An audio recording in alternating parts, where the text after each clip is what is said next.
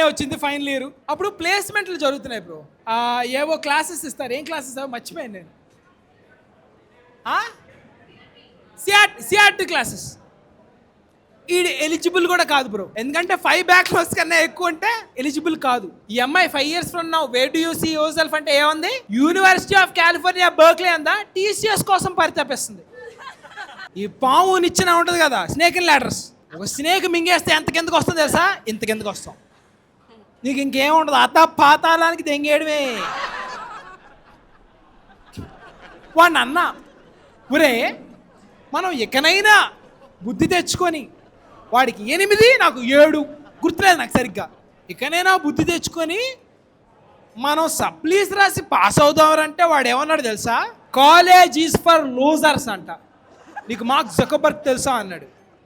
పెద్ద పరిచయం లేదన్నా.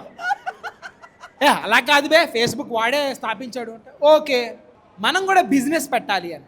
ఈడు బిజినెస్ ఐడియా చెప్పాడు నాకు. అక్కడ ఇక్కడ బీర్లు కొట్టే చాలా రేట్ అయిపోతుంది, లెట్స్ స్టార్ట్ బ్రూవరీ అన్నాడు. డబ్బులు అన్నాను నేను. డబ్బులు కాదురా, నాకు బీర్ తయారు చేయడం తెలుసు అన్నాడు. చెప్పరా ఎరుపుకా అన్న.